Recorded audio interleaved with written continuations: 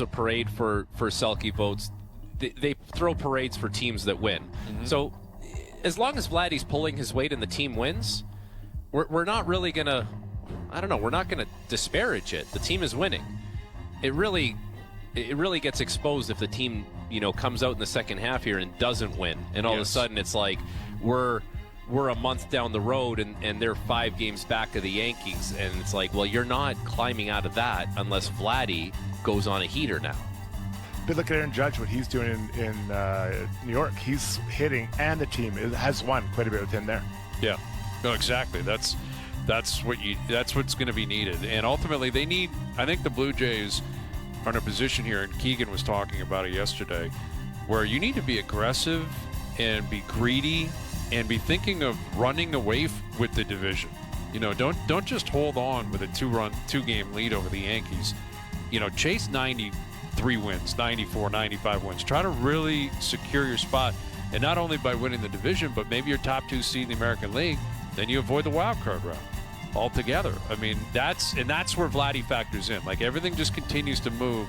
The way you add another 2 or 3 wins to the win column is Guerrero can single-handedly do it, and Bichette can do it. And if you get Varsho back and Santander back, all of this, could be available to the Blue Jays. And if it all comes together, you're going to have a special, stretch run here through August and into September.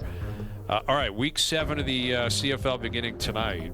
And Chad Kelly's still not ready to return. It sounded like he's real close. The Argos are in Montreal. They're a massive underdog. I think a double-digit dog. I think 10.5 on FanDuel, I believe. Alouettes 3-2. They've off to a pretty good start. The East, seemingly like every other year, is more watered down than the West. Here's our CFL, NFL reporter and insider. Here's Dave Naylor. How you doing, Nail Gun?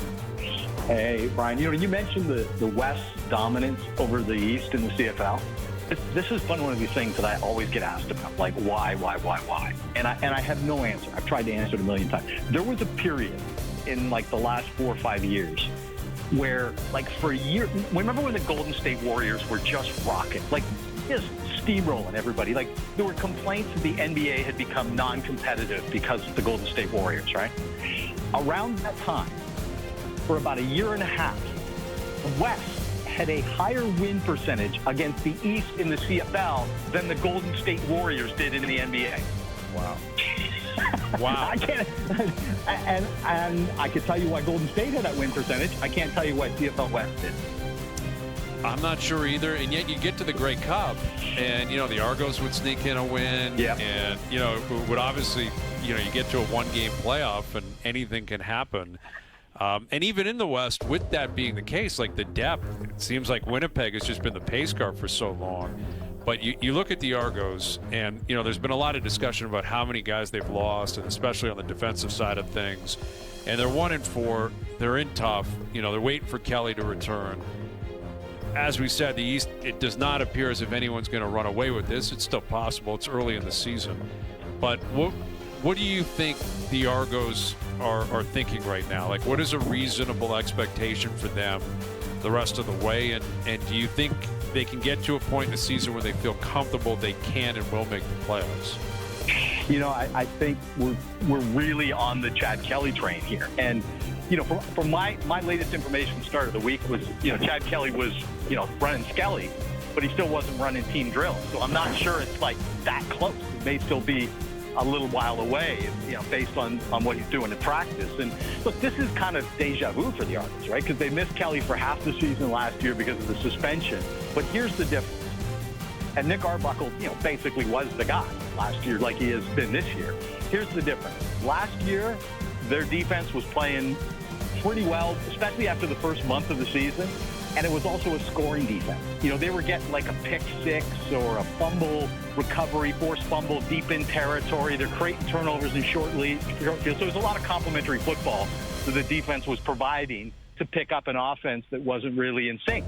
Same thing on special teams. I mean, Janarian Grant was a machine last year, in terms of giving the Argos field position. So, the definition of complementary football is basically when one side of the ball is not doing its job, the other side will pick it up and compensate. They were getting that last year when Chad Kelly was out. They're not getting it this year. That's the difference between last year's Argos without Kelly and this year.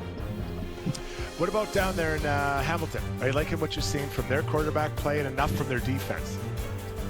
You know, it's funny. The first few weeks of the season, everybody was jacked up to see what Hamilton would be like because they finished really strong last year. Bo Levi Mitchell had a huge second half. They go out and sign Kenny Lawler, who's maybe the best receiver in the league. And the first 2-3 weeks, it was like, when's the show begin? Where are the fireworks? What is this?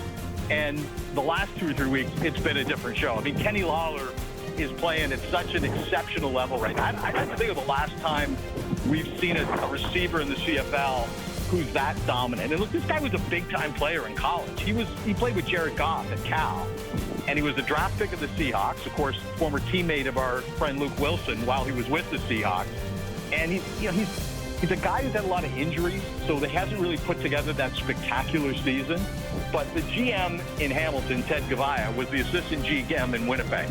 So he knows Kenny Lawler. He knew what he was buying. He went out in the market, paid top of the value, and that's what they're getting. That's what they're getting from him. I mean, again, it's not like he's wide open. Like, this is a guy who's a contested catch guy. Like, he's a physical receiver. He will go vertical, and he will fight you for the football. That's what we've seen in him. And on the defensive side of the ball, Hamilton, their second overall pick in the draft this year was a guy out of Windsor, from the University of Windsor, named Devin Varasek.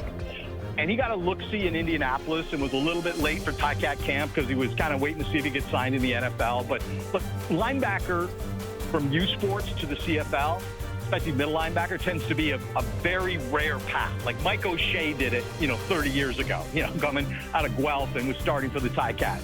But most U Sport linebackers end up as special teams players in the CFL, a lot of them. And then a lot of them don't really good. If they do get into starting roles, it's not going to be very quickly. Devin Varasek has started 3 games at middle linebacker for Hamilton, the last 3 games. They've won them all. He's, I believe, led them in tackles every one of those games, led all players in tackles, and has a pick 6. So this is a special player that is doing things that we don't see very often. So they're getting some presence on the offensive side of the ball, getting some presence on the defensive side of the ball. I think people are feeling a lot better about the direction of the Ticats than they were the first couple weeks of the year. Dave, you talked about knowing what you're buying, and I think the Calgary Stampeders would be pretty happy with what they got in Vernon Adams Jr. And, of course, BC was in a bit of a bind last year. They had Rourke, they had Adams, and Adams moves on to Calgary. They're 4-1 now. What can you say about his play with that team this season?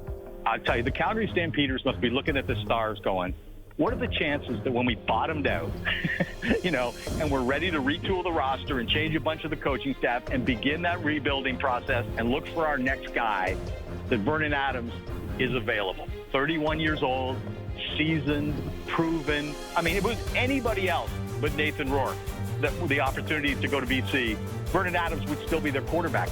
And he's not just, a dynamic player and a guy who can do all kinds of things at his position.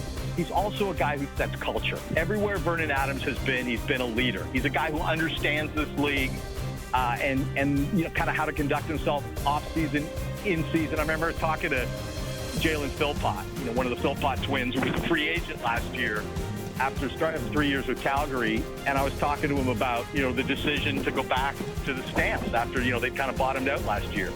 And it was clear he spent a lot of conversations in the offseason with Vernon Adams. I mean, Vernon Adams arrived in Calgary and not only became the starting quarterback, but he became, the leader of the team to retain guys. And it's been dramatic. The other thing they did was, Calgary the worst record in the league last year. So you get the first overall pick. Okay, getting the first overall pick in the CFL is not like getting the first overall pick in the NFL. You're still probably picking a developmental player. You're probably still picking a guy who's not going to have an impact on your roster, till maybe late in his rookie year, maybe even year 2.